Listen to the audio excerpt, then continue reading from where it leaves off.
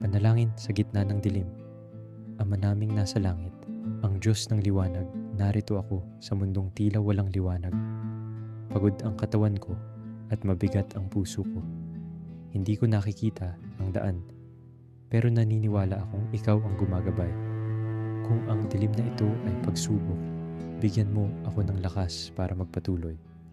Kung ito ay paghubog, turuan mo akong magtiis. Sa gitna ng unos, huwag mo akong pabayaan. Sa pamamagitan ng makapangyarihang pangalan ni Hesukristo na iyong anak, ang panalangin ito at ang lahat ng pagsamba, pagpupuri at pagpapasalamat para sa iyo. Magpasawalang hanggan, kasama ng Espiritu Santo, ang apoy ng kabanalan. Amen. Panalangin laban sa takot at pagdududa. Ama naming nasa langit, ang Diyos na nagbibigay ng tapang at lakas ng loob.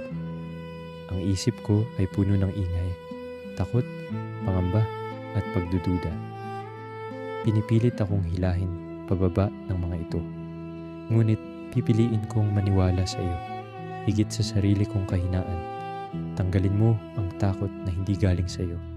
Palitan mo ito ng tapang na tahimik pero matatag.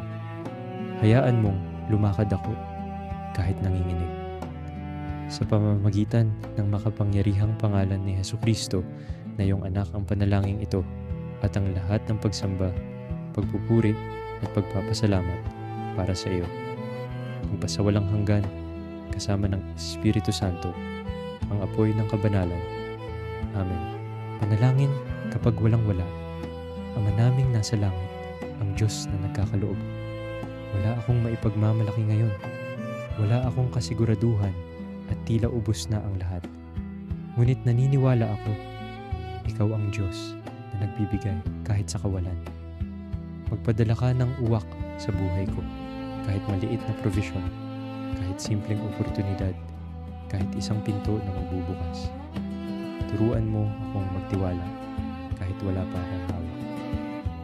Sa pamamagitan ng makapangyarihang pangalan ni Hesukristo na iyong anak, ang panalangin ito at ang lahat ng pagsamba, pagpupuri at pagpapasalamat para sa iyo. Magpasawalang hanggan, kasama ng Espiritu Santo, ang apoy ng kabanalan.